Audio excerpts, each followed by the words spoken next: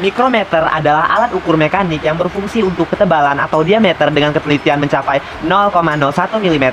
Nah, coba perhatikan gambar mikrometer sekrup berikut. Di situ terdapat bagian beserta keterangannya. Jadi yang A disebut rangka atau badi, sementara yang B itu landasan atau anvil. Jadi fungsinya landasan ini untuk menjepit objek yang akan kita ukur, sebagaimana fungsi dari rahang tetap pada jangka sorong. Kemudian ada poros ukur yang C. Nah, ini untuk menjepit objek akan kita ukur. Jadi di sini poros ukur ini akan bergerak dengan sekrup. Kemudian yang D ada timbel. Timbel di sini adalah lokasi di mana skala utama berada. Kemudian ada E selubung strip, itu lokasi di mana skala noniusnya. Kemudian ada ratchet yang F, itu untuk memutar atau mempercepat atau memperlambat sekrup. Kemudian G itu adalah pengunci atau locker untuk mengunci objek agar tidak goyah pada saat pengukuran. Lantas, bagaimana sih cara mengukur yang benar hasil ukur dari mikrometer sekrup?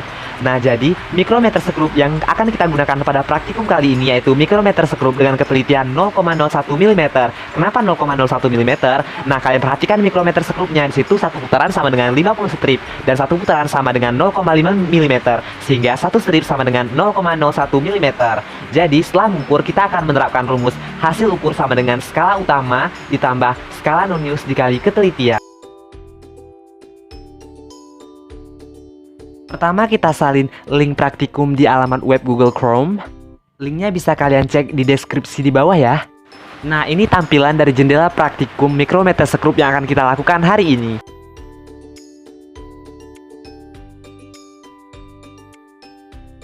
Jadi, objek yang akan kita ukur pada hari ini yaitu terdiri dari lead shot, wire, dan glass plate yang akan kita ukur selama 3 kali beruntun.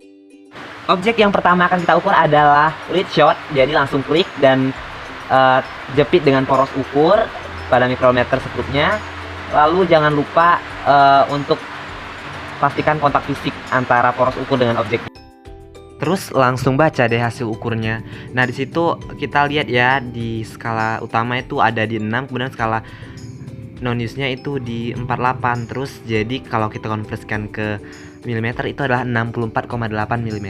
Nah, nanti itu udah percobaan pertama, langsung kita reset untuk percobaan yang kedua. Nah, percobaan kedua masih menggunakan lead shot dan tentunya dengan prosedur yang sama kayak di percobaan pertama. Terus dijepitlah objek lead shot tadi dengan sekrupnya. Terus kita ketahui bahwa ternyata skala utamanya tuh di angka 2, 3, 4 ya, 4, dan skala noniusnya itu 33. Jadi kalau dikonversikan ke milimeter itu adalah 43,3 mm. Kira-kira seperti itu. Langsung aja kita reset dan kita klik atau menuju ke percobaan yang ketiga. Ini percobaan ketiga ya. Jadi masih menggunakan lead shot dan tentunya prosedur yang sama juga. Jepit objek dan kita baca hasil ukurnya yaitu masih sama seperti yang di percobaan kedua yaitu di 43,3 mm.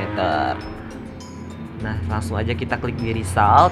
Terus selesai deh untuk percobaan di mengukur hasil ukur lead shot menggunakan mikrometer sekrup.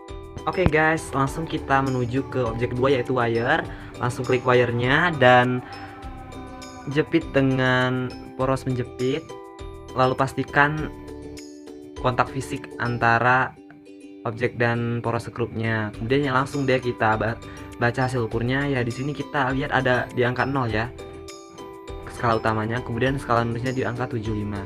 Jadi untuk satuan cm itu adalah 0,75 cm. Cuma di sini karena dipinta milimeter, ya udah kita konversikan ke milimeter menjadi 7,5 mm. Jangan lupa dipencet reset untuk menuju percobaan yang kedua.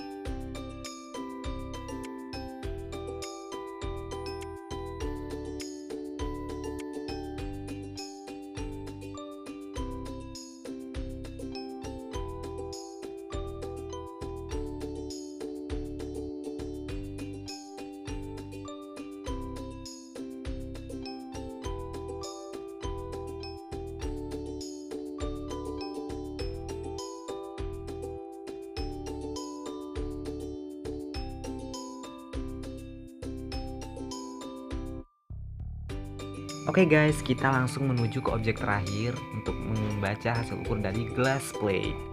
Jadi langsung kita klik glass plate-nya, langsung jepit dengan menggunakan poros menjepit, langsung deh dibaca hasil ukurnya. Ya langsung aja ya. Jadi hasilnya itu 2,26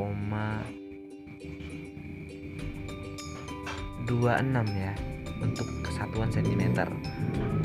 Kemudian kalau dikonversikan ke milimeter yaitu 22,6 mm. Dan langsung deh kita menuju ke percobaan kedua masih menggunakan glass plate.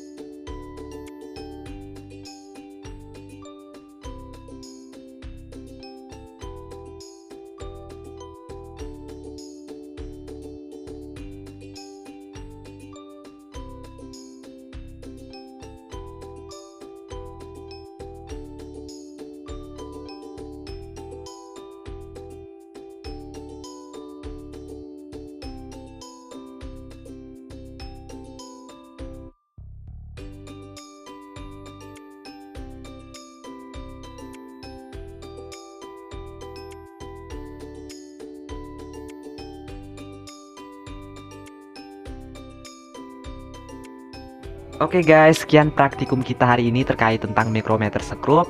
Saya harap kalian dapat memahami terkait prosedur, metode, sekaligus cara membaca hasil ukurnya. Dan sampai jumpa video berikutnya. Assalamualaikum warahmatullahi wabarakatuh.